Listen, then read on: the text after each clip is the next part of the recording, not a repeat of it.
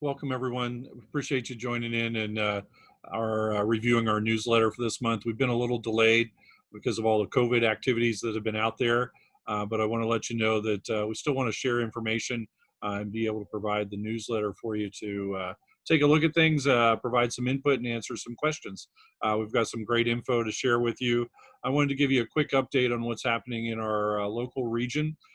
For the COVID response, our hospitals are having increased capacity by looking at some alternative sites within the hospital in order to meet our needs for taking care of COVID patients. But the emergency departments, the ICUs, are experiencing increased volumes, and we appreciate you working with our partners. There may be some slight increases in offload times. Right now, the leadership of the EMS agencies and I continually closely monitor this.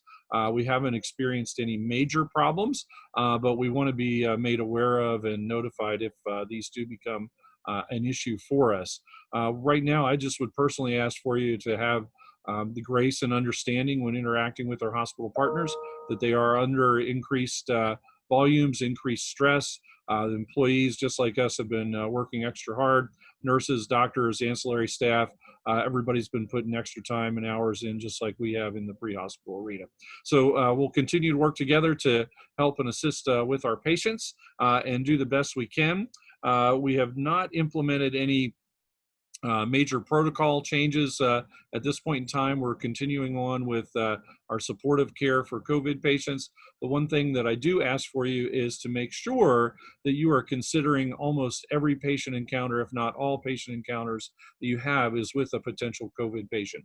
Even if you're going for evaluation of a stub toe, motor vehicle collision, have that consideration because of the community spread that we're seeing and no reliable way to detect that in the pre-hospital environment.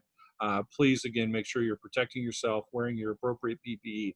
The PPE studies that we've seen out there do show a protective effect for our healthcare workers. And so, again, in Texas in July, with 100-degree weather out there, it's still one of the mainstays of protection for you, and we want you to do that. If you are wearing a surgical mask in these encounters, I would ask you change that philosophy and be an N95 whenever you have a potential patient interaction, as well as probably wearing around the station, having a mask on whenever you're able to sit around. And I would recommend, even if you're looking at 6-foot social distancing spaces, the mask provides extra protection.